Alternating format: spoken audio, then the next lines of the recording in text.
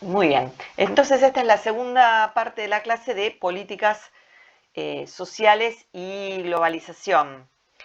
Em, Todo comienza con la crisis del petróleo, ¿no es así? Vamos un poquito a la clase anterior, en la dinámica del universalismo.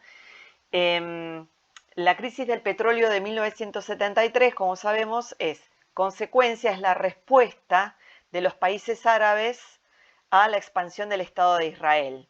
Después de la Segunda Guerra Mundial, eh, los judíos que estaban en la diáspora, y decimos judíos porque todavía no había un Estado de Israel, los judíos que estaban en la diáspora, que estaban diseminados por el mundo, inclusive en la Argentina, que tenemos una comunidad muy importante, eh, van a migrar hacia Palestina porque les es prometido un Estado, algo que había trabajado la Sociedad de Naciones, algo que había negociado Inglaterra también durante el mandato después de la Primera Guerra Mundial, y finalmente esa promesa se cumple después de la Segunda Guerra Mundial, visto y considerando los 5 millones de muertos judíos durante el Holocausto en Europa, que no solamente ocurrió a manos de Alemania, también ocurrió a manos de Italia.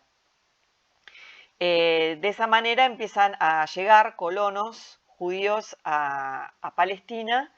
Eh, el territorio que tenían que ocupar con sus colonias era incierto porque ni la Sociedad de Naciones ni el mandato británico habían definido unos límites territoriales precisos, con lo cual la misma llegada de los colonos judíos empezó a provocar conflictos, dada la imprecisión de los límites.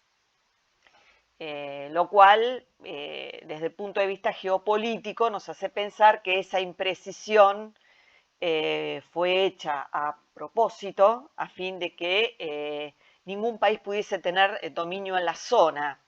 ¿Por qué es estratégica la zona? ¿Se acuerdan?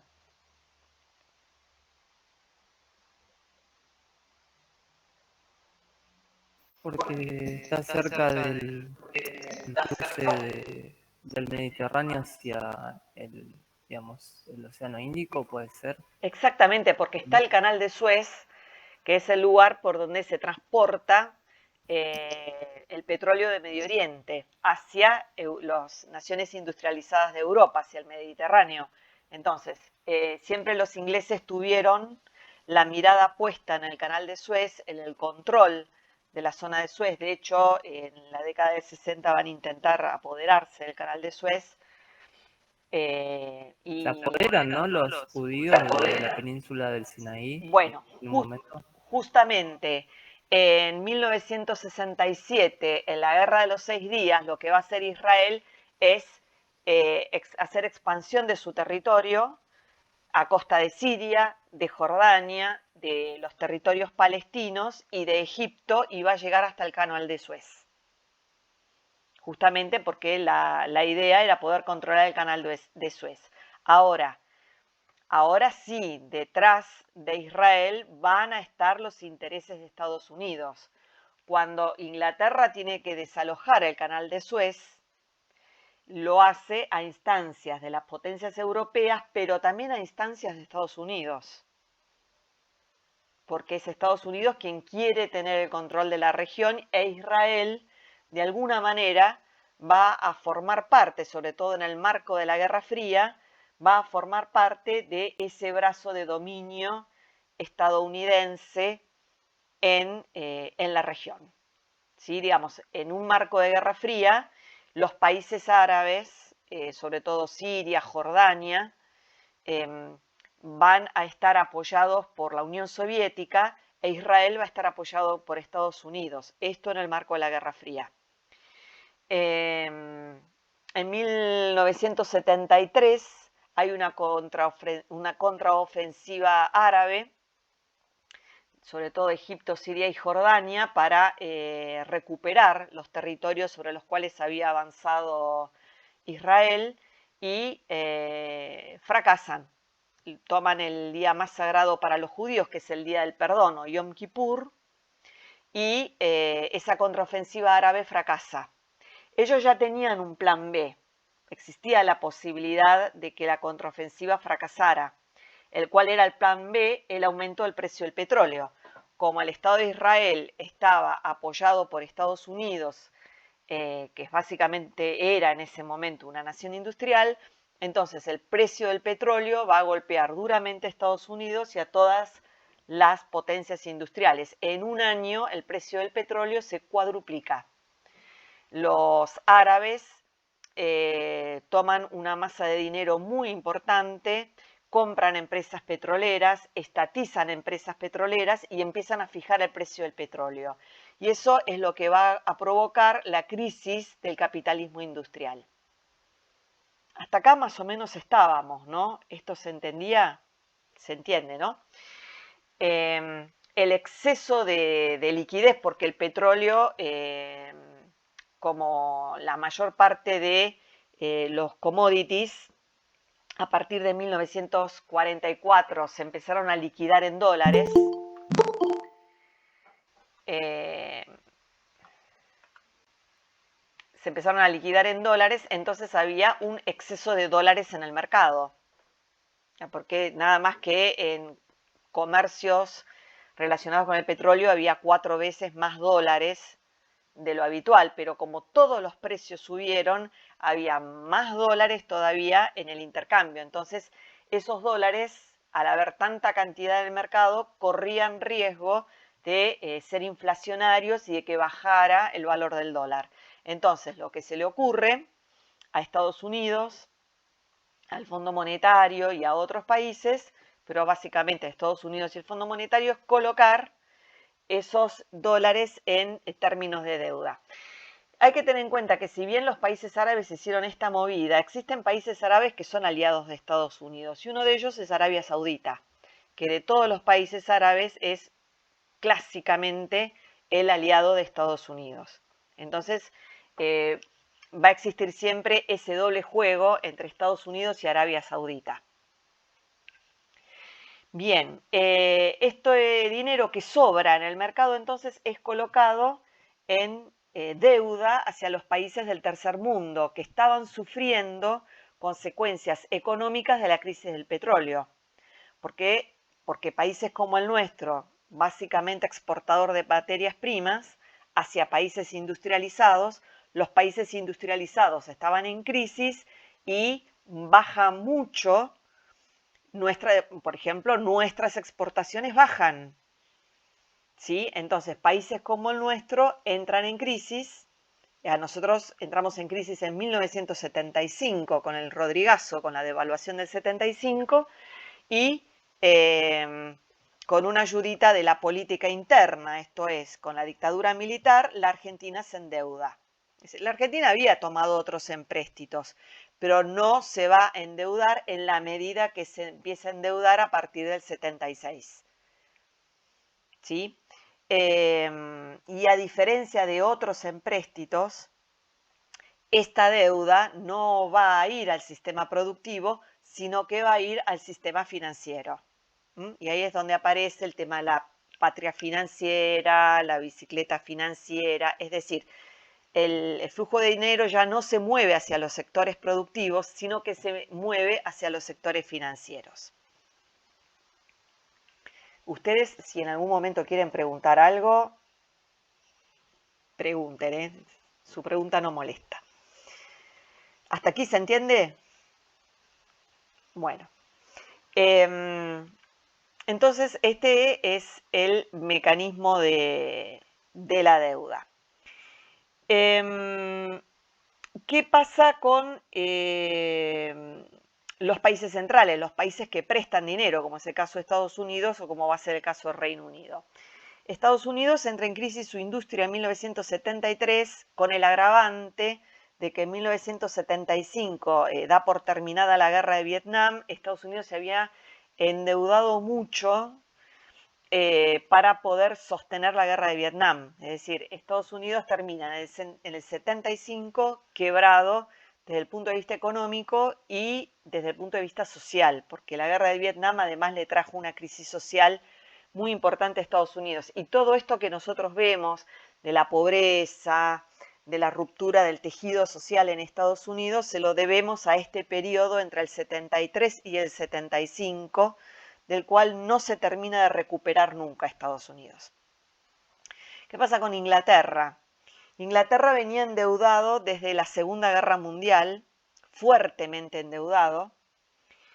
Mientras Estados Unidos se enriqueció con la Segunda Guerra, Inglaterra se endeudó mucho con la compra de armas y la compra de alimentos, y uno de los países acreedores éramos nosotros. Inglaterra tuvo graves problemas para poder pagar su deuda. Nosotros nos terminaron pagando con los ferrocarriles, porque ya no, digamos, había mucha crisis en Inglaterra en ese momento.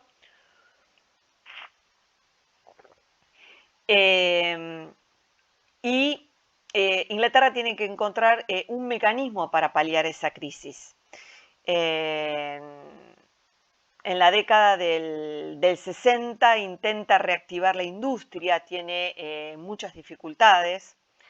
Los Beatles se ganan una medalla porque fueron una fuente de ingresos para Inglaterra. No solamente porque a la princesa Margarita les gustaba, sino porque habían sido una fuente de ingresos para Inglaterra. El punto está en que la solución que encuentra Inglaterra es separar el sistema financiero del sistema económico. Y ahí aparece el concepto de city como la ciudad, en inglés city, donde todo el sector financiero de Londres se va a manejar de manera autónoma con respecto de la economía del Reino Unido. Y manejarse de manera autónoma significa no depender de las decisiones ni del primer ministro ni del Parlamento, sino que las finanzas en Londres van a depender directamente de la corona, sino que además no van a pagar impuestos. Es la solución que encontró el sistema financiero británico para sostenerse y no entrar en bancarrota. Como el sistema dio muchos resultados, porque muchas empresas británicas y después de otros países comenzaron a hacer circular su dinero por la banca británica y de esta manera evadir impuestos. Es por eso que este sistema Inglaterra lo va a empezar a exportar primero a las islas del Canal de la Mancha y después a las islas del Caribe, como por ejemplo las Caimán. Así nacen las offshore. Nacen como paraísos fiscales. ¿Qué significa paraíso fiscal? Es dinero que se mueve sin pagar impuestos. Y en esos paraísos fiscales va a circular tanto dinero de la industria o del comercio que no desea pagar impuestos, como también el blanqueo de dinero obtenido a partir del delito, del tráfico de drogas o de la corrupción. Ese sistema, digamos, el Reino Unido hoy maneja casi el 50% de las finanzas que circulan por el mundo. Es decir, hoy vivimos un capitalismo financiero donde el dinero circula básicamente por el sistema financiero más que por el sistema productivo, y ese dinero, ese manejo está a cargo del Reino Unido, no de su gobierno, no del Parlamento, no del primer ministro, sino está a cargo de la corona. Profe, sé que seguramente es multicausal, ¿no? Pero me imagino que debido a eso, a que Londres y, bueno, seguramente algunas ciudades de Europa también y de Estados Unidos tienen concentrado todo ese capital en el sistema financiero, es que su moneda vale mucho más que cualquier otra del mundo. O sea, la de Argentina, bueno, ni hablar, pero digo, en relación a todo el resto de las monedas del mundo, son los que, bueno, tienen el mayor nivel monetario. Está. Por eso la libra vale más que el euro y mucho más que el dólar. Uh-huh. Se apreció mucho la libra justamente por el capital que pudo reunir el Reino Unido. Cuando el Reino Unido devuelve Hong Kong porque el territorio ya no lo necesita, pero se queda con el HSBC, que es uno de los bancos, o el banco más importante dentro de lo que es este manejo financiero. Después hay otros, el JP Morgan, el Citi, pero el HSBC fue creado justamente como o el objetivo del HSBC es justamente esta circulación de dinero. Es decir, Inglaterra cambió Hong Kong por el HSBC, que está ahí, por supuesto, está en China también. Se hizo mucho más discreto, digamos, el sistema, como para que las personas, no sé, yo trato de imaginarme, ¿no? El nivel de caudal que maneja, el nivel de el capital que tienen concentrado en esos sistemas bancarios, porque son bastante complejos. No sé, no me imagino a alguien bajando con un bolsito de, no sé de qué manera guardan todo ese caudal que nada, que me explota la cabeza de solo imaginarlo. Hay muchas maneras. Bueno, el dinero hoy es electrónico. Por eso digo, ¿de qué manera lo guardan? Hay muchas maneras. Bóvedas, no sé. ¿No Son, vio la película La son, Odisea de los Giles? sí, en Es realidad tremendo. son, hay agencias que hacen ese manejo, ese blanqueo, digamos. Por un lado, los países persiguen el lavado de dinero, pero por otro lado, en este orden, el Reino Unido, Estados Unidos y los Países Bajos son los que manejan las finanzas y el blanqueo de dinero, en ese orden. Que uno no tampoco se imagina a los Países Bajos teniendo ese perfil. Ellos tienen un perfil muy bajo, pero deben estar manejando alrededor del 20% de las finanzas del mundo. Es un rol que ellos tienen desde inicios de la modernidad y que nunca lo abandonaron. Por eso no han tenido grandes desarrollos territoriales ni grandes colonias, no lo han necesitado, solamente necesitaban esos enclaves hacia donde iban y venían las transacciones financieras. Ellos se ocuparon siempre de eso, desde la modernidad. Inglaterra también, Alemania también, pero bueno, eh, Países Bajos se ha mantenido en el tiempo con ese rol. ¿Hasta acá alguna duda, alguna pregunta? Más o menos se entienden. De todas maneras, es importante saber que este sistema también puede sufrir crisis, ¿no?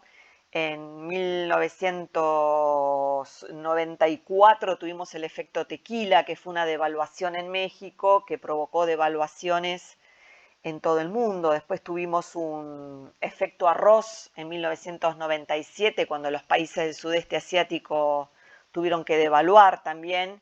Al estar el sistema financiero, ser global y estar interconectado, la crisis en una región va a provocar devaluaciones y crisis en otras regiones. Estos dos efectos en los 90 fueron muy marcados. Y después la crisis del euro del 2007.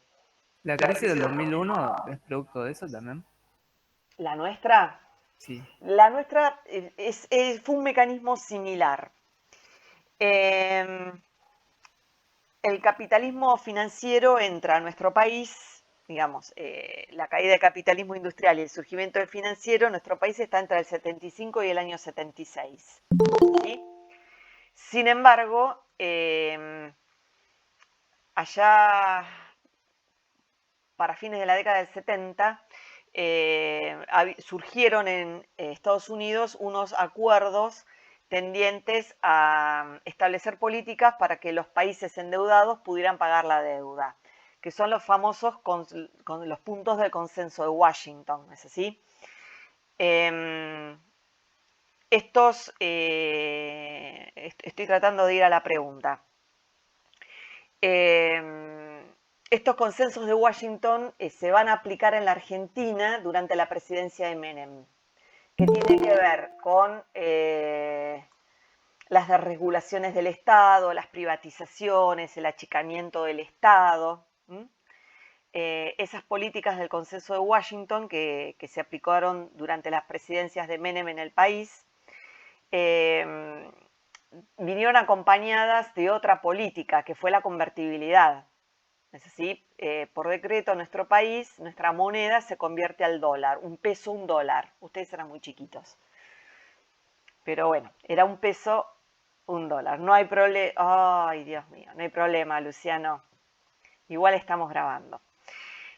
Ahora, una economía pequeña como la Argentina, o mediana, mejor dicho, como la Argentina, poder sostener el valor de una moneda como el dólar, que no es para nada la moneda más fuerte del mundo ni nada por el estilo, para ello la Argentina se tuvo que endeudar más todavía, ¿sí? Entonces, poder sostener la convertibilidad al dólar hizo que la Argentina se endeudara mucho y que el Banco Central se vaciara prácticamente.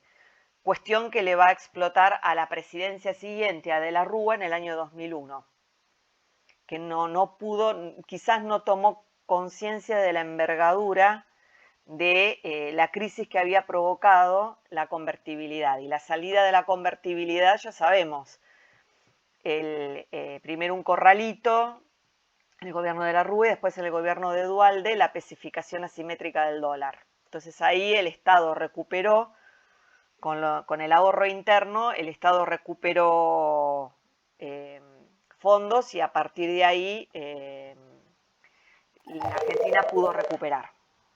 Profe, le hago una pregunta. Sí, Soledad. Voy a repetir una frase, pero el que había puesto dólares nunca recibió dólares, ¿no? No, hubo una especificación asimétrica. Fue tremendo. Y la gente volvió a confiar en los bancos. Eso me extraña tanto. No tanto. No sí, tanto pero yo la gente que conozco tiene plazo fijo. Sí, sí, pero hay mucho ahorro en moneda extranjera. Digamos, el plazo fijo es esos 2, 3 sueldos o el aguinaldo que quedó dando vueltas, porque quizás cambie las aberturas de casa. Eso es lo que hay en el banco.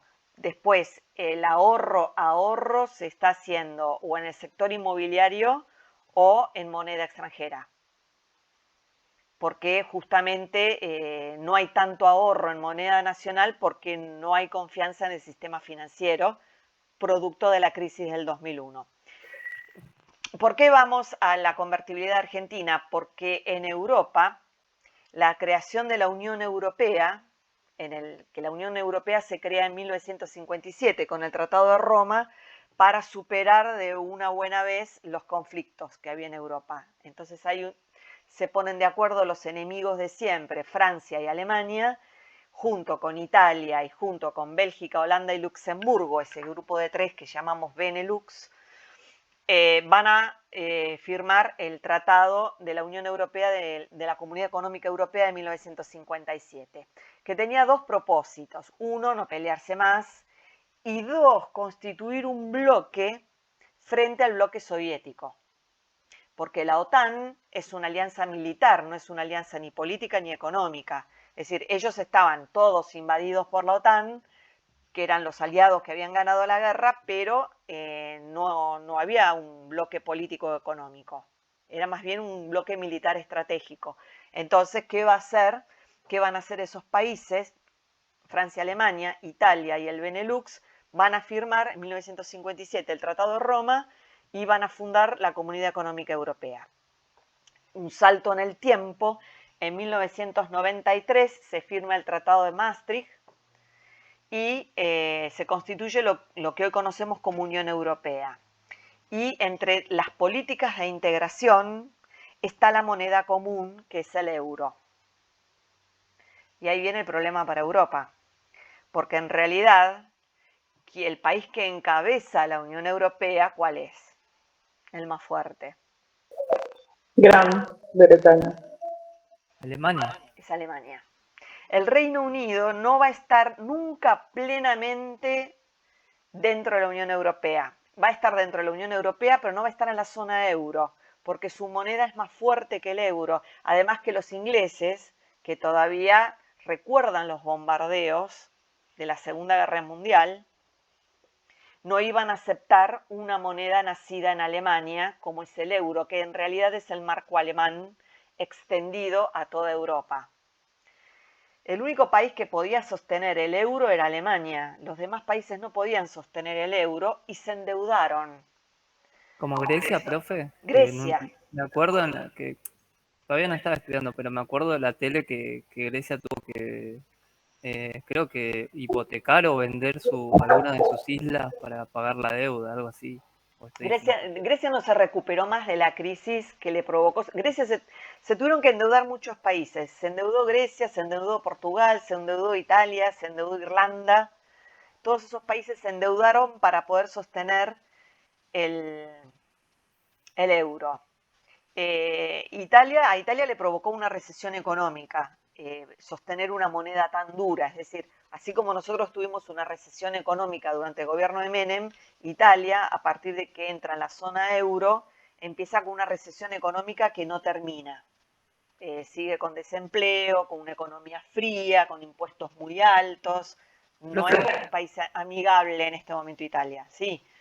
Para matizar un poco la cuestión, porque a veces cuando decimos Alemania como el país poderoso de Europa, nos estamos refiriendo a Alemania al sector económico y político poderoso de Alemania. No estamos hablando de la clase media o la clase, no sé si hay clase, llamarlo clase, la clase obrera, mejor dicho, de Alemania que apoya o que está, digamos, tomando estas decisiones para dominar, digamos, a los países de Europa, sino que son los alemanes poderosos, digamos, para matizar, porque hay veces que si no es como que interpretamos que todos los alemanes están de acuerdo con esa política que llevan adelante.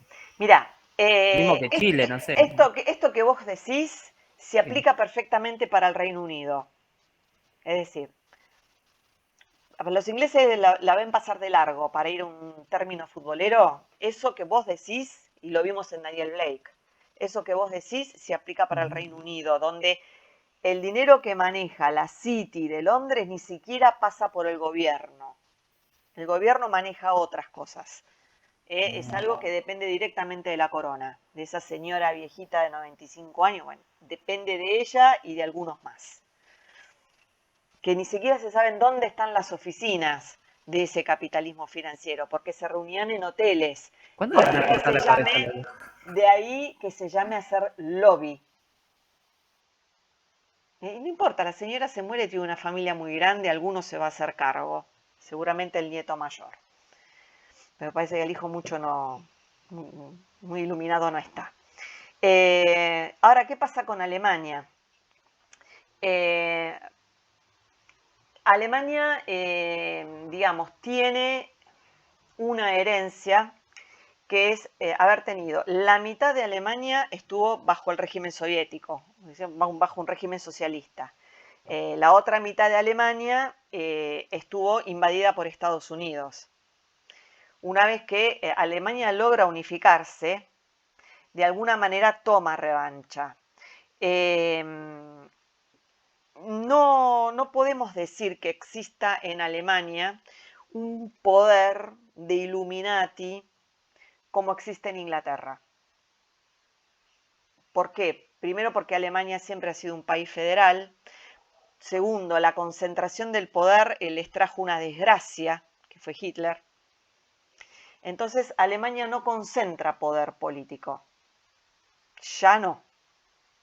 De hecho, si el gobierno de Merkel duró tantos años, duró porque fue un gobierno de coalición. Ella no concentró poder. Alemania es una república parlamentaria, entonces los partidos políticos le dieron el apoyo a Angela Merkel con condiciones. Una de esas condiciones que a nosotros nos interesa es no embarcarse en las guerras de Estados Unidos. Cuando caen las Torres Gemelas en el 2001, salen Estados Unidos a invadir Afganistán, que es uno de los casos que vamos a estudiar este año. Sale a invadir Afganistán justamente para combatir a Al-Qaeda, que aparentemente sería el responsable de la caída de las torres. Y arrastra a los países de la OTAN, ¿sí? Básicamente los países europeos. El problema es que Londres va a sufrir los atentados el atentado en el subte, atentado en algunos colectivos. Francia va a sufrir atentados, el peor lo va a sufrir España con Atocha. Que fueron todas venganzas a este acompañamiento de los países europeos a Estados Unidos en la invasión de Afganistán del 2001. En el 2003, Bush, hijo, decide invadir Irak, obviamente por un tema relacionado con el petróleo y no ya con las Torres Gemelas. En esa aventura solamente lo va a acompañar el Reino Unido, que también tiene muchas empresas petroleras importantes, pero no lo van a acompañar los países de Europa. Dijeron, esta vez no. Y el primer país que se planta y dice que no es Alemania. Ahí se me fue Facundo. Una vez que Estados Unidos y el Reino Unido invaden Irak, empiezan a controlar el precio del petróleo. Y otra vez generan crisis en Europa. A partir del 2007-2008, Europa entra en crisis porque Estados Unidos y el Reino Unido van a tomar control del petróleo en Irak y van a subir el precio del petróleo. Entonces, se supone que este aumento del precio del petróleo que van a hacer Estados Unidos y el Reino Unido después de la invasión a Irak en el 2003, se supone que de alguna manera es una respuesta a Alemania. Porque Alemania arrastró a los demás países de la Unión Europea a no invadir Irak. Y Estados Unidos y el Reino Unido se los van a pagar aumentando el precio del petróleo. Y otra vez entra en crisis la Unión Europea. Fíjense ahora el tema que tiene, después del Brexit, el tema que tiene Inglaterra con la Unión Europea. No le mandaban vacunas. Alemania dice, bueno, genial, no me mandas AstraZeneca, yo empiezo a investigar sobre la Sputnik y la Sinopharm. No entran vacunas inglesas, entrarán vacunas rusas y chinas. Alemania está ya en cualquier momento aprueba la Sputnik y la Sinopharm. Las está investigando con qué se pueden completar para una segunda dosis, tercera dosis, lo está haciendo Alemania.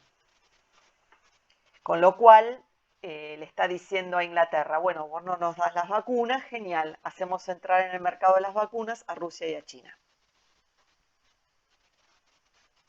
Esto es interesante, esta geopolítica es interesante para ver que ya no hay un acuerdo marcado o unívoco, ya no hay un bloque Estados Unidos-Unión Europea. Con la caída del muro de Berlín, eso se terminó. Y la Unión Europea va a tomar impulso propio y se va a erigir en competencia para Estados Unidos. De todas maneras, este aumento del precio del petróleo que van a hacer Estados Unidos y Reino Unido después del 2003, en un continente, Europa no tiene petróleo prácticamente y es un continente industrial, le va a traer la crisis económica a Europa, sobre todo en los países menos fuertes, que se van a endeudar mucho, y de alguna manera el bloque se resquebrajó. La Unión Europea de hoy no es la Unión Europea del 99, del 98, del 97, ya no. Sufrió el cimbronazo que le pegaron a Estados Unidos y al Reino Unido. Bueno, ¿hasta acá alguna pregunta?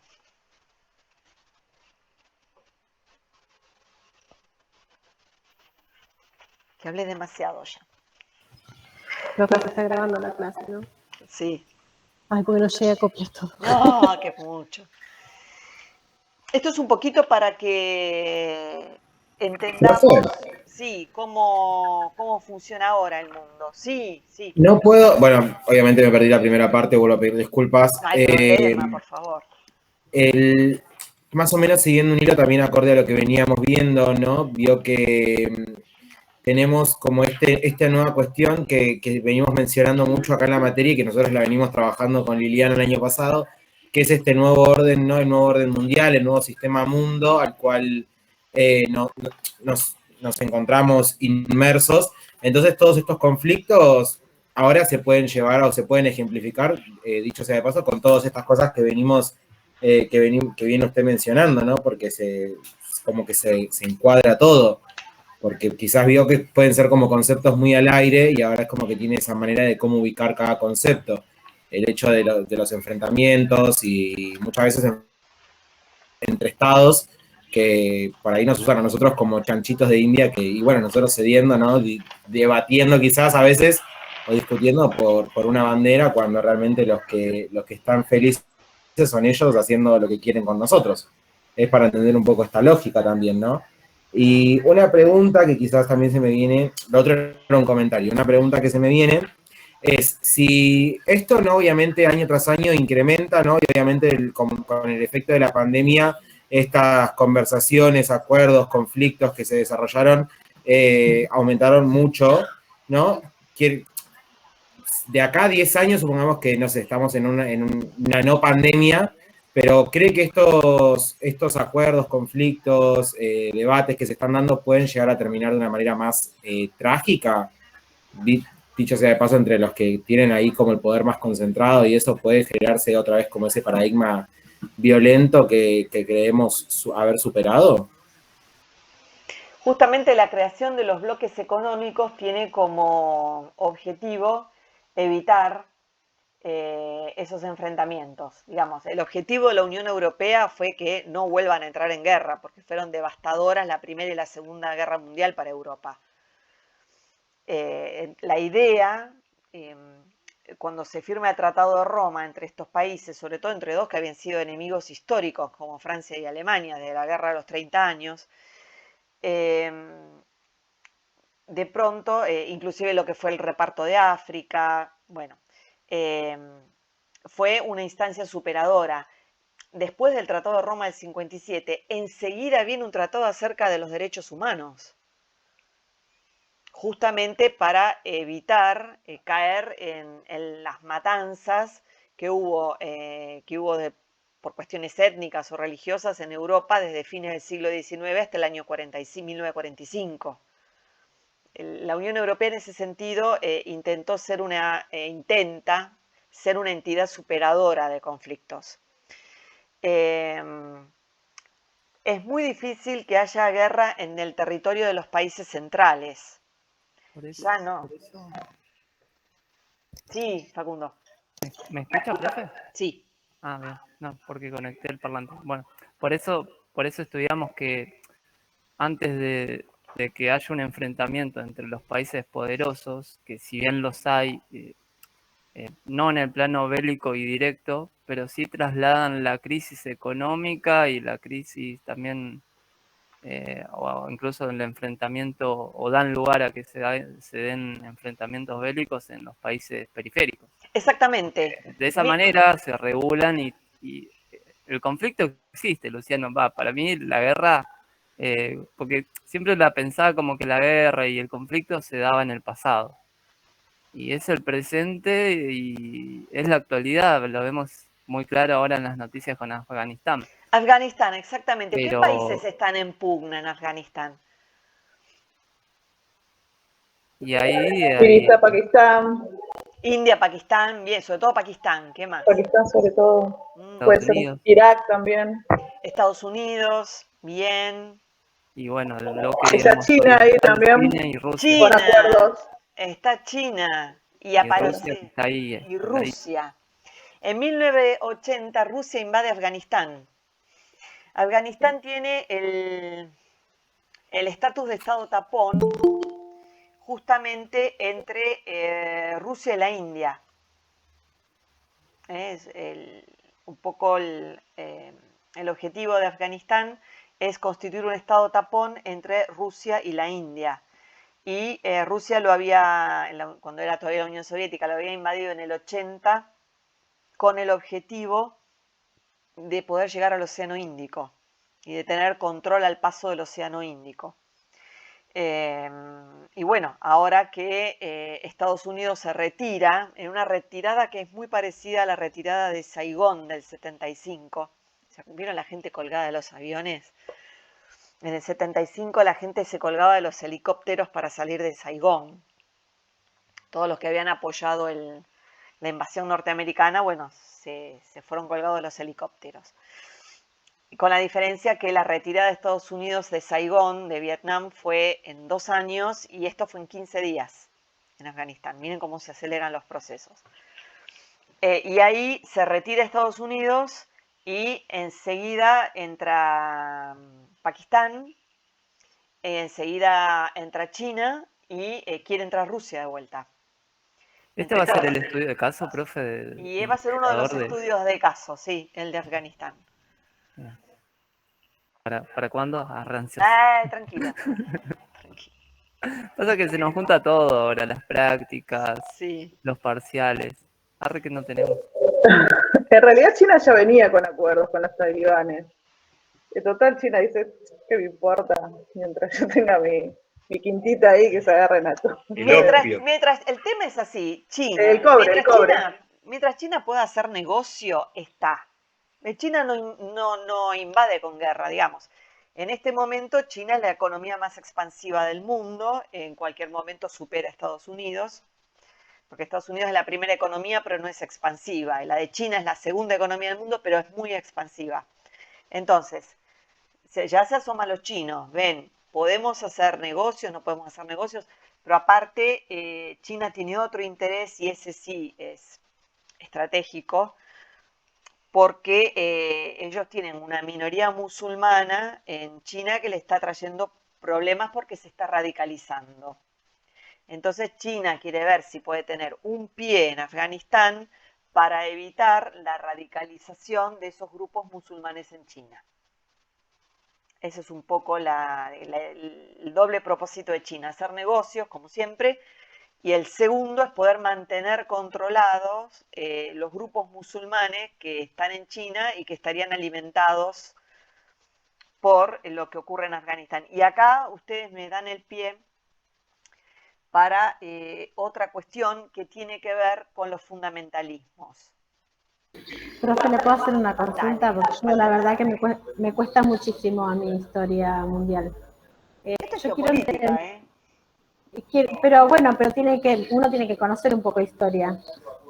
Los talibanes, es como que tengo que ubicarlos en el espacio. ¿Quiénes son los talibanes? Bien. ¿Quién los crea? Los talibanes nacen, o le dicen el talibán también, nacen con la invasión soviética a Afganistán en 1980. Afganistán en 1980 se va a constituir en escenario de la Guerra Fría. Es uno de los escenarios de la Guerra Fría, donde la Unión Soviética invade Afganistán y la resistencia afgana va a estar alimentada por Estados Unidos, desde el punto de vista del armamento y desde el punto de vista militar. Van a estar asesorados por Estados Unidos. Era un grupo que ya existía. El talibán era un grupo bastante resistente a cualquier administración afgana, un grupo que vivía vive sobre todo en las montañas, no ni en Kabul ni en Islamabad, no en Kabul, ni en las grandes ciudades, sino que era un grupo que vivía en las montañas, que era resistente a cualquier gobierno afgano, y cuando llegó la Unión Soviética, ellos fueron la cabeza de la resistencia a la Unión Soviética. Y ese grupo quedó fuertemente armado y muy empoderado porque lograron expulsar a los rusos, que no es poco. En la película de Rambo se ve, era la idea. Los mujahidines, algo se llamaban. Exactamente. Ahora, ¿qué sucede? Después, Estados Unidos va a responsabilizar a los talibanes por el atentado del 11 de septiembre. Por eso en el 2001, a fines del 2001, noviembre y diciembre de 2001, Estados Unidos con la OTAN va a invadir Afganistán. Justamente por venganza con estos grupos talibanes y se van a quedar hasta el mes pasado. La búsqueda de Bin Laden. La búsqueda de Bin Porque Al Laden, Qaeda se había atribuido. ahí está, se lo encuentran, lo matan. No queda claro si fue Bin Laden, no queda claro si fueron los talibanes. Muchas gracias. Lo importante es tener en cuenta que el fundamentalismo que manejan ahora, por ejemplo, o el otro grupo que esté interviniendo es el Estado Islámico. Es el otro grupo que entra y que un poco representa al fundamentalismo islámico. Es importante tener en cuenta que el Islam no es en sí fundamentalista, sino que hay grupos radicalizados que son fundamentalistas. Uno son los talibanes y el otro es el Estado Islámico. Unos de tantos, hay muchos. Pero lo que tiene sí el Islam es una fuerza expansiva que no tiene ni el cristianismo ni tiene el judaísmo. La potencia expansiva del Islam, nosotros la vimos en la Edad Media, con la primera expansión del Islam, y hoy se habla de una segunda expansión del Islam, porque están los grupos radicalizados, pero también está la importantísima migración islámica que hay en Europa, por ejemplo. Profe, también tienen conflictos étnicos dentro de Afganistán, por eso hay más problemas. Los talibanes llegaron como a poner orden, digamos. Sí, porque, como dijimos, se empoderaron mucho después de haber vencido a los soviéticos. Pero bueno, ahora el futuro se está por definir, se está escribiendo ahora la historia en Afganistán. No sabemos si los rusos, si los chinos, si los pakistaníes, si los talibanes, si el Estado Islámico. El Estado Islámico fue expulsado de Siria básicamente por los rusos. Es decir, Estados Unidos y la Unión Europea bombardearon, hicieron lo posible, pero finalmente los termina expulsando los rusos. Sí, igual, profe, yo pienso, ¿no? Lo miro desde afuera, el problema para mí, la cantidad de musulmanes que están yendo a Europa, y sobre todo en países como Francia, yo lo miro de afuera. Por supuesto, las consecuencias van a ser negativas para la calidad de vida occidental, que busca la igualdad entre hombres y mujeres, con inclusión de todas las orientaciones sexuales, y todo lo que Occidente tiene de bueno. Yo calculo que si bien mucha gente se pone del lado de los inmigrantes musulmanes, pero a la hora de convivir con gente tan radical que, por ejemplo, directamente prohíben a los homosexuales, segregan a las mujeres, yo pienso que Europa va a tener que tomar medidas contra toda esa gente, porque de toda esa gente un 10% son proclives a inmolarse y ser radicalizados. El tema, a ver, Martín, el tema no es el Islam, el tema es la radicalización. Fuerte lo que dijiste, Martín. No sé si el occidente es tan hermoso como lo planteaste. El tema es la radicalización. A ver, en Londres el 25% de la población es de origen árabe musulmán. Y el alcalde de Londres es descendiente de árabes y musulmán, de un grupo de una... En las grandes ciudades de Europa se ve que se adaptan rápido la mayoría de los musulmanes a la vida, digamos, occidental. Profesora, yo solo digo una cosa que a mucha gente no le va a gustar, pero los talibanes, cuando hace ya una semana que están tomando el control de todo lo que es Afganistán, a las mujeres las están expulsando de las universidades. Bueno, pero el tema es la radicalización, no es el Islam, digamos, repito. Si vos tomás una comunidad judía ortodoxa, las mujeres tampoco pueden estudiar. Y tienen, digamos, tienen una modalidad de vida muy similar a la de las mujeres árabes. Sí, pero eso no son tan propensos a la violencia. ¿En Israel no? No. Para mí no.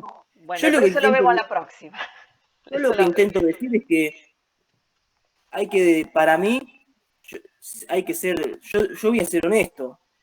Por supuesto que quiero la paz con todas las comunidades y pueblos del mundo, pero tampoco me parece bien Te pusiste en Miss Universo ahí, la religión musulmana que busca implantar y expandirse, porque ellos tienen un concepto de multiplicarse por medio de la demográficamente para invadir a los no fieles, como dicen ellos, que somos todos nosotros. Va a haber consecuencias muy negativas para las mujeres. Sin embargo, hay una cuestión. Dentro de los grupos radicalizados o yihadistas, ¿sí? Sus víctimas predilectas son los islámicos o los musulmanes que no son fundamentalistas ni son yihadistas ni nada. Esos grupos, el Islam, que para el cual el Islam es una cultura y una religión, y no es salir a matar a nadie, ellos son el enemigo para los grupos radicalizados.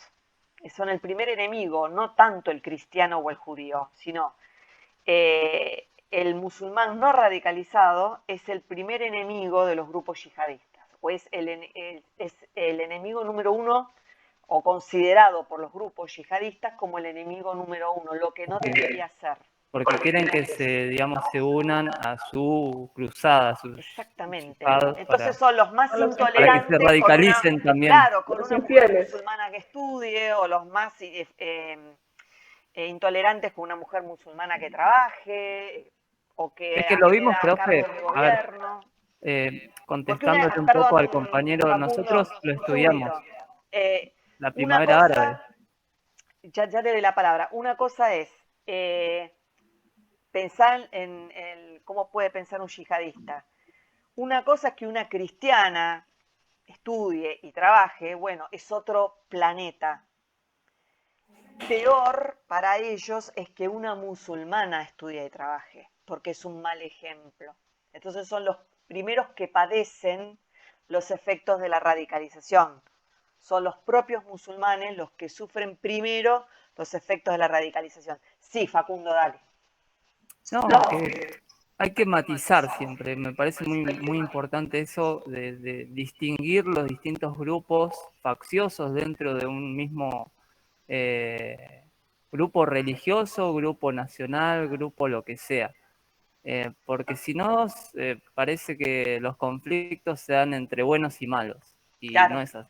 No. Y el ejemplo te da la historia. Por ejemplo, nosotros en esta misma materia estudiamos la primavera árabe y vimos que surgieron movimientos que vinieron a modernizar, pero conservando sus tradiciones religiosas, por ejemplo, rescatando su sabiduría filosófica, etcétera, todo su legado cultural lo conservan, pero tratan de ayornarlo a la nueva época institucional, democrática, etcétera, occidentalizada, digamos.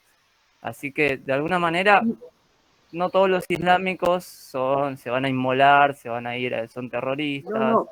De todos modos, habría... No hay que prejuzgar, no hay que tener un xenofobia. Hay que habría yo no estoy diciendo que todos los islámicos tienen tendencias a la radicalización. Yo lo que digo que el 10% solo es una estimación también, tiene tendencias a la radicalización. Al 10%, sinceramente, teniendo en cuenta los miles de millones de musulmanes que hay, yo no creo que el 10% es demasiado. Lo que yo intento decir... Martín, el tema de las mujeres. Voy a estar con vos un poquito en esta, te doy la mano en esta y por ahí voy a ampliar un poco lo que dice Martín, que ya lo entendí por dónde va. Así como los grupos musulmanes radicalizados, o que leen el Islam bien radical y con estas facetas tan violentas, se va extendiendo y lo mismo pasa con las iglesias evangelistas, por otro lado. Entonces, cuando se institucionalizan, ahí es el peligro. No lo digo yo, ojo, lo dice Rita Segato, que lo leí de ella. Y ese es el gran problema, cuando empieza a institucionalizarse y donde esas ideas que vienen de lo mágico para algunos o que no comparten, empiezan a atravesar los cuerpos de todos a través del Estado y El tema, Pienso que es por ese lado lo que dice sí, Martín. el tema es que justamente tenemos, acá están, yo tomé nota, fue muy interesante lo que ustedes pusieron en el foro de discusión y tomé nota de lo que escribieron, fue sumamente interesante. Y una de las cosas que ustedes hablan es que por un lado hay una desideologización, así como durante la Guerra Fría el mundo estaba sumamente ideologizado, con la caída del muro de Berlín y el fin de la historia que había preconizado Fukuyama, es como que hay como una despolitización, desideologización, ¿no es así? Sobre todo en Occidente, claro, renegamos de la política, ahora tenemos de la elecciones, religión. claro, dice que la gente no va a ir a votar, la gente no va a la iglesia, las iglesias están cerradas, sobre todo la católica, las iglesias están cerradas, la gente no le importa la política.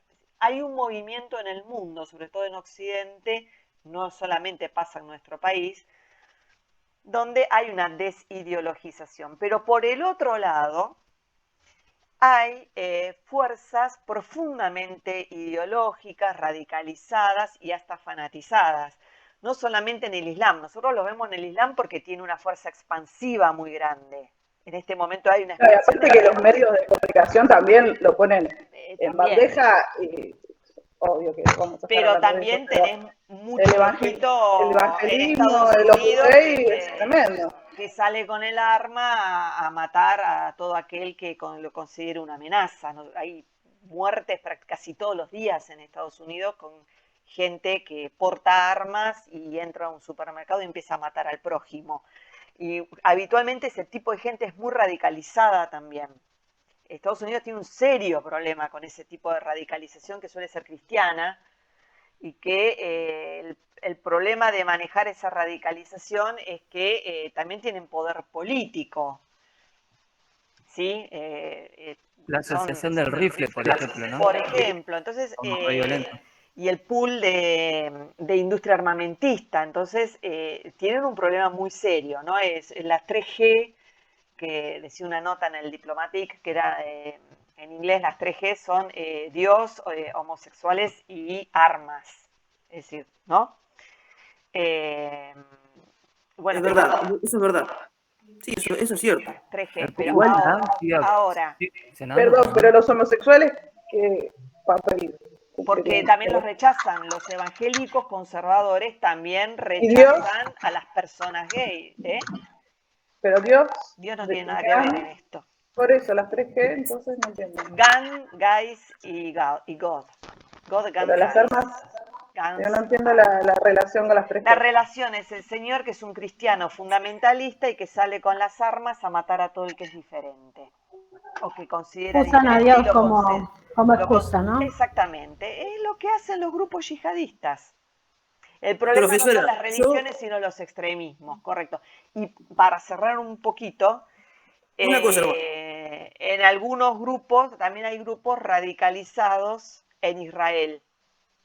Y esto no es porque sean judíos, porque sean cristianos, porque sean musulmanes, sino porque hay radicalización de las ideas. Y ustedes van a encontrar radicalización entre, va a sonar feo, pero lamentablemente es así, entre grupos feministas van a encontrar radicalización también, y van a encontrar radicalizaciones políticas, intolerancia política, que ya no tiene nada que ver con la religión, van a encontrar, qué sé yo, gente que defiende a los animales y, no sé, una vez un tipo atropelló a un perro y lo mataron por haber los positivistas, por ejemplo, serían los radicalizados de la ciencia, ¿no? Del siglo XIX, que toman a la ciencia como ciencia sagrada, digamos. Claro, el tema es que no muera nadie en el medio.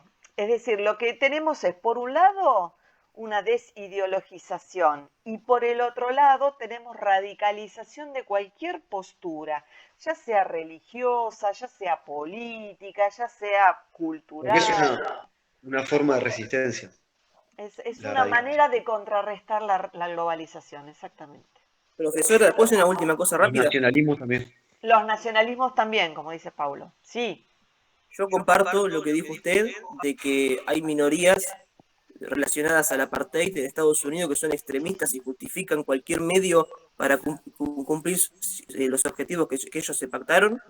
como también hay judíos ortodoxos que tienen una cultura muy, muy recalcitrante, que oprime mucho a la mujer. Yo lo que intento decir es que yo, como nosotros, yo calculo que todos nosotros como occidentales queremos la igualdad entre hombres y mujeres, el respeto a las minorías por su orientación, preferencias. Al menos yo pienso eso. Sería lo ideal. Lo único que quería decir es para que no se malinterprete, porque después, viste, parece que no quiero que quede malentendido. Yo no creo que el Islam puede convivir en una misma sociedad con la cultura occidental sin haber conflictividad. Eso quería decir. Yo creo que se puede vivir sin conflicto. De hecho pasa, la mayoría de los musulmanes, como dije antes, sobre todo en las grandes ciudades, se adaptan. El tema es que no buscan institucionalizar nada, se adaptan al país donde están. Tanto los que huyen como refugiados, como los inmigrantes por elección. Ellos, al elegir o a estar en un lugar, la mayoría se han adaptado. De hecho, hay una tolerancia también de los países, digamos, occidentales. Por ejemplo, en un equipo de fútbol pasa que puede haber 2 o 3 jugadores musulmanes y se les respeta el Ramadán, se les respeta el rezo, no se los sanciona, se los entiende. Hay como un mecanismo de tolerancia. Eso lo comparto. Igual, yo lo que quiero priorizar, una última cosa y me callo porque estoy hablando mucho. Yo lo que quiero priorizar es la seguridad y el respeto hacia las mujeres, hacia las minorías con orientaciones, con una orientación sexual o de género particular. Yo quiero que esas minorías y las mujeres sean preservadas, que quizá no pueda ocurrir en una sociedad donde abunden muchas personas musulmanas. Eso quiero decir, ¿me explico? La pregunta es, ¿qué pasa en nuestro país, Martín? Con las mujeres, muere una cada 30 horas. Sí, pero... Claro, eso no es algo propio, exclusivo de los musulmanes, sino del sistema patriarcal, que de hecho todas las religiones están basadas en un sistema patriarcal. No machista, que no se confunda con machista, sino patriarcal. Bueno, pero yo pienso que cada día estamos mejor, se va trabajando para disminuir la desigualdad, por ejemplo, y para incluir a ciertas minorías. Bueno, renuncie a sus privilegios, viejo. Acá opinamos, por lo menos si tratamos de defender a esto que está pasando con las mujeres. A mí me parece aberrante ver en estos días a las mujeres en esa situación, ¿no? De los musulmanes. La verdad que no me entra en la cabeza poder ver eso y que no se pueda hacer nada a la comunidad del mundo. O sea, el mundo no puede permitir que pase esto, no se puede permitir. Yo creo que el no involucrarse, porque no es salir a marchar solamente por las calles que a veces pasa, sino no se puede permitir. O sea, yo tengo que escuchar lo que le pasa a mi vecino, al que le pasa al frente, me tengo que involucrar. Y creo que toda esa comunidad que tiene a esas mujeres de esa forma, algo tienen que hacer, los que se fueron, los que escaparon desde afuera, no pueden hacer algo, no se puede hacer algo. Estados Unidos no pudo hacer el cambio cultural. Estuve leyendo el tema de la salida de Estados Unidos de Pero a Estados Unidos no le interesa el cambio cultural, ni tampoco le interesa... No, solamente les interesa utilizarlos. Pero no lo hizo. Pero en el discurso de Biden, hay de a uno, mejorar nada. Habla, Sole. Dale, Sole. Dale, no me No, ya lo dije. Decía, bueno, que hasta Biden en el discurso decía que ni siquiera él mismo decía, no, nosotros no venimos a hacer ningún cambio ni a hacer ningún cambio estructural. Eso lo dijo Biden. Tenía hasta el 31, ¿no? Biden, para poder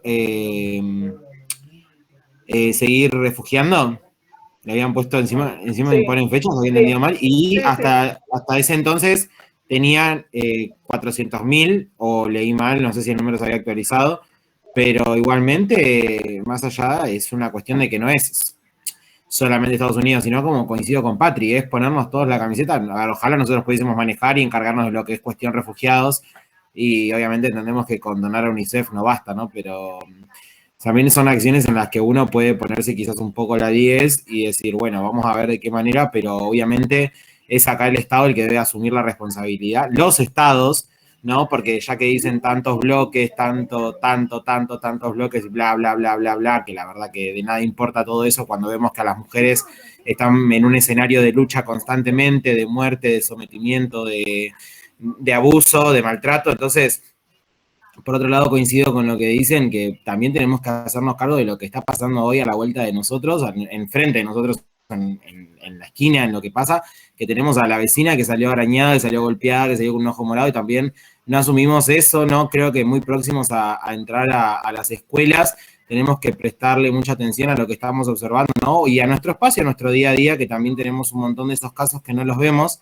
El otro día compartí un video en Instagram en el cual, en el medio de una plaza, agarran a una mujer afgana y empiezan a darle literalmente, pero como me agarraba mi mamá con bronca a los cintazos, bueno, un total de 4 hombres, ¿no? De 4 sucios inmundos, empezaron a darle semejante paliza que vos decís, loco, o sea, eso no es normal. ¿En qué cabeza cabe? Y te tenés que ir a todo lo histórico y es donde decís, a todo empieza a tomar sentido desde lo histórico, pero no puedo entender, a ver, ni siquiera justificarlo desde lo histórico y el sometimiento que tenían históricamente las mujeres, porque nada se justifica, la violencia nunca se justifica ni se va a justificar, pero es literalmente, es terrible. Después les voy a compartir el video, da impresión, o sea, da impresión Hay una cuestión legal también. Nosotros como docentes, como somos funcionarios públicos, cuando tomamos conocimiento de una vulneración de derechos o de situación de violencia a nuestros alumnos, lo tenemos que denunciar, ya lo sabemos. Ahora, después de la Segunda Guerra Mundial, ¿se acuerdan que les comenté, medio como al pasar, cuando se funda la Comunidad Económica Europea, hay un tratado sobre derechos humanos en Roma, que se firma en Roma? Bueno, ahí son muchos los tratados de la Unión Europea. Uno de ellos es un tratado acerca de derechos humanos. Después de la Segunda Guerra Mundial, se elaboran tratados acerca de erradicación de la violencia, de respeto a derechos humanos, etc. La Argentina suscribe esos tratados y tienen validez constitucional. Ahora, no todos los países han suscrito esos tratados acerca del respeto a los derechos humanos. Entonces, hay cosas que pueden ocurrir en algunos países simplemente porque para esos países los derechos humanos no existen porque no tienen entidad de ley como sí tiene nuestro país. Es decir, al no haber una ley para ese país X, que inclusive hay países de Occidente que no han suscrito convenios sobre los derechos humanos, para ese país X la violación a los derechos humanos no existe porque para ese país no hay ley. No es ley, ¿sí? Entonces, por eso hay organismos, y ahí con eso les doy la palabra, hay organismos sobre derechos humanos que son supranacionales y que tienen el poder de denunciar a las violaciones a derechos humanos que se están cometiendo en otros países, que fue lo que sucedió con la violación a los derechos humanos durante la última dictadura. En nuestro país fueron organismos internacionales los que hicieron el llamado de atención, porque obviamente desde acá era muy complicado.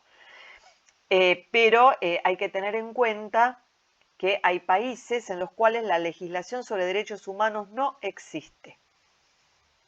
Por eso, digamos, los violan impunemente. ¿Sí? No es la misma ley para todos los países. Bueno, sí, algo más querían preguntar ya para ir cerrando. Una vez me acordaba justo que usted mencionaba lo de la dictadura, que una profesora en secundaria, ya que hablamos de adoctrinamiento, no, pero mencionando esto, nos decía, ustedes piensen esto, que el otro día me saltó el recuerdo en Facebook, que parece como que fuese todo muy loco, que siempre para esta época se habla de lo mismo. Se decía mucho, ¿no? ¿Son derechos humanos o humanos con derechos? ¿No? Esta pregunta que se empezó a marcar un montón, porque de verdad pasa un montón. Eso más lo que había pasado justo en la época que esto coincidió, mi último año de secundario coincidió con la desaparición de Santiago Maldonado, ¿no? Donde se había generado un conflicto en el que había temas que, ese tema, por ejemplo, en la escuela se recomendaba no hablarlo por la sensibilidad y demás, ¿no? Pero era también en parte el tema de hablar de de la negación de lo que acontece, ¿no? Y negar la realidad y que vos te prestes a negar la realidad, como dice Patri antes, también te va a volver cómplice de eso y vas a seguir estando en un molde en el cual nunca vamos a poder mirar lo que pasa, ¿no? Ni acá, ni allá, ni en ningún lado. Entonces también eso es verdad. O sea, derechos humanos o humanos con derechos. O sea, estamos acá de pura suerte nada más, entonces tendríamos que decir. Lo que pasa es que cuando te generan miedo también te pueden manejar.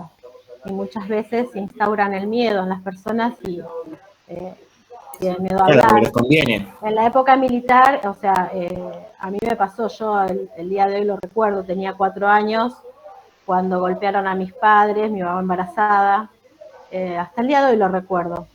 Y la verdad es que ya era grande y veía a un policía, un militar, y yo no podía parar de temblar y no sabía por qué era. Pero era porque les tenía miedo. Y hablar de eso también me daba miedo, porque yo decía, cuando todavía no sabía bien la historia, no entendía qué pasaba.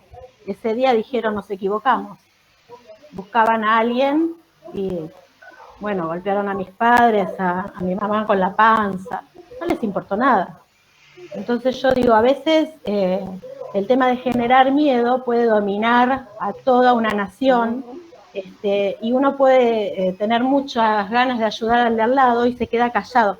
Cuando yo veo a estas mujeres ahí afganas, y digo, no sé si es cultural o es algo funcional a estos hombres que manejan todo, ¿no? Porque esas mujeres nunca van a decir nada porque tienen miedo. El miedo lleva al no te metas. Acá, claro, hay una todos cuestión lados. que está justamente por este tema muy dando un concepto que está dando vuelta, que es el de relativismo cultural. ¿Hasta qué punto yo tengo que denunciar la violación de derechos de esas mujeres y hasta qué punto lo tengo que justificar por la cultura en la que viven? Hay un debate por eso, profe. Sí, De hecho, sectores progresistas son críticos a la gente, al occidental que critica eso. Había salido por el tema de los Juegos Olímpicos, del beach volley, de la vestimenta de las mujeres, y había personas, mujeres, hombres, que decían que por qué nos teníamos que meter, que tal vez ellas eligen o les gusta usar esa ropa. Y se hablaba de, algunos cuestionaban por temas de machismo y no, el problema no es ese, el problema es que es un sistema patriarcal. ¿Hasta qué punto pueden elegir esa vestimenta? Porque hay algunas que bueno, decían, sí, eligen, son libres. ¿Hasta qué punto son libres? No sé si ¿hasta son qué libres. punto? Exactamente. En el momento en el cual, si una mujer se quiere vestir, es impresionante ver una mujer en burka. Es impresionante. Pero si una mujer se quiere vestir de burka porque lo eligió y salir a la calle en verano con 35 grados y toda con la burka esa completa negra y lo eligió, el problema es la imposición. ¿Y hasta qué punto los occidentales también elegimos? Porque hay una ola consumista, las modas, todo resultado de la globalización, y dentro de la resistencia de esos grupos se cuestiona ese tema al occidental, digamos. Exactamente, porque de alguna manera esos grupos radicalizados lo que hacen es encarnar una resistencia a la homogeneización cultural que nos trae la globalización. Sí, de hecho, profe, nosotros convivimos con la comunidad judía, por ejemplo. Si vamos a la zona de San Cristóbal o Albanera, vemos mujeres con peluca, con medias largas cuando hace 40 grados, y es una elección. Yo voy todos los días, sí, es así. Lo ves, pues. ¿Hasta qué punto es una elección? No sé si es una elección, porque esas mujeres por ahí sienten afecto hacia su grupo familiar y son rechazadas si no se ponen esa ropa y no aceptan esa religión. Entonces, claro, a veces por el hecho de no sentirse rechazados o que los sacan del lugar, son excluidos, bueno, se quedan sumisas ahí sin una opción a cambiar. Porque ahí también el cambio implica despojarse de muchas cosas, ¿no? Ustedes vieron sí, un poco estuvo mal la palabra elección. Yo lo dije porque tengo mi gerenta que es judía, y ella, por ejemplo, trabaja, estudió, o sea, hay diferentes, dentro de lo que es la comunidad judía, la mujer toma diferentes posiciones también. Pero... Exactamente, y hoy en Israel, que obviamente está la comunidad judía ortodoxa, en su mayoría son las avanzadas de colonización sobre territorios palestinos. La mayor parte de esas avanzadas las hacen los judíos ortodoxos. A cambio, el Estado de Israel le da un subsidio, planes. Las familias ortodoxas en Israel y en Estados Unidos también viven de subsidios, de planes, o son maestros en sus escuelas religiosas. Ahora, ¿qué pasa? El Estado de Israel cada vez lo subsidia menos. Entonces, los ortodoxos empezaron a trabajar. Empezaron a pedir permiso para hacer trabajos de laicos, que ellos trabajaron en un banco, trabajar en una escuela pública, ¿no? Y las primeras que pidieron autorización fueron las mujeres. Y una vez que en algunas comunidades ortodoxas obtuvieron autorización para trabajar, después empezaron a pedir representación parlamentaria. Entonces ya hay diputadas judías ortodoxas. Pero el Estado también les pide que hagan el servicio militar. Es decir, es un ida y vuelta bastante complejo, pero que esto es importante. No solamente ocurre en la cultura islámica, ocurre también en la cultura judía y ocurre en la cultura cristiana, donde hay grupos religiosos cristianos en los cuales la mujer está en lo mismo. Tiene que andar con pollera, con medias oscuras, no puede trabajar, tiene que dedicarse a la casa, ¿no? Y creo que lo que sería lo más suavecito, porque veía a criaturas, a nenas, que los musulmanes venían y elegían a ver con quién iban a tener relaciones, con quién iban a tener un hijo. Están los matrimonios infantiles, sí, hay denuncias, sí, hay denuncias, sí, de matrimonios infantiles que están a la vista, vos decís, yo veo eso y no me voy a quedar quieta, yo lo voy a denunciar, o sea. Pero claro, el problema es que es legal en algunos países. Claro, la intervención también. Ahí es legal, ahí está bien. No sé si está bien, es legal, no siempre lo legal es justo, pero India tuvo que luchar mucho contra el matrimonio infantil. Sí. Y no solamente la minoría musulmana, las otras minorías, que son como 40 en la India, tiene que luchar mucho contra el matrimonio infantil, nenas que las entregan en matrimonio a los 6, 7, 8 años. Se ven los Simpsons con Apu y Manchula, que se reencuentran después. Bueno, pero sin ir más lejos, acá en Argentina hace unos años ha pasado que un hombre violó a una chica de 13 años y se amparó en su cultura, que era el padre, y la estaba desvirgando. No, pero acá está prohibido. No, pero el juez lo amparó basándose en su cultura. Esto hará unos un poquito más de 10 años. Después les paso la nota, se las paso y fue amparado en base Recusen a ese juez, por favor, que viola toda en el norte de la Argentina. Viola toda la legislación. Bueno, eran desahogos. Sí, por eso, pero pasa en Argentina. Pero esta chica tenía, no me acuerdo si eran 12 o 13 años, y fue violada por su padre y se ampararon en su cultura. Y como en la Argentina es libre de culto, el hombre quedó libre. Sí, pero ¿sabes qué? Fue en el norte de Argentina. Hay un tema, y esto ya para cerrar, porque ya hace un buen rato que estamos, hay un tema con la ley de patronato. La ley de patronato fue derogada. Por la ley de patronato, el Estado podía decidir en caso de menores.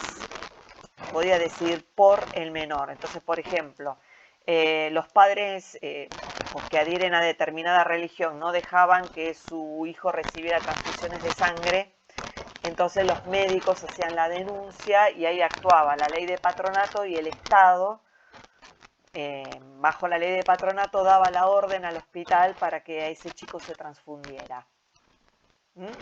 Porque si no, los padres, digamos, si era una cuestión de vida o muerte, lo dejaban morir por una cuestión de fe. En cambio, ahí el Estado intervenía. Ahora, con el nuevo Código Civil, la ley de patronato cayó. Entonces, ¿qué nos puede pasar a nosotros? Vamos a lo que, ya para cerrar, lo que nos puede pasar en la escuela. Según el nuevo Código Civil, nos llega un chico de 14, 15 años alcoholizado o intoxicado a la escuela porque hizo una previa el domingo a la noche o hubo un cumpleaños y vino amanecido, alcoholizado, /intoxicado a la escuela. Si tiene más de 14 años y el adolescente no quiere que llamemos a la emergencia médica y a los padres, según el nuevo Código Civil está en su derecho. Yo recomiendo llamar a la emergencia médica y a los padres, siempre. Pero eso es lo que ahora dictamina el nuevo Código Civil. Tenés que tener al pibe ahí intoxicado, sentado en una silla, toda la tarde o toda la mañana. No Yo solo lo viví eso, en mi profe. práctica. ¿Eh? Yo lo viví en mi práctica de tercero. Vinieron dos, se sentaron ahí adelante y se pusieron a dormir. Y la profesora no les dijo nada, absolutamente nada. Bueno, creo que tuviste suerte en que durmieran, Paulo, porque mi sobrino Sí, le pasó. estaban muy mal y se durmieron.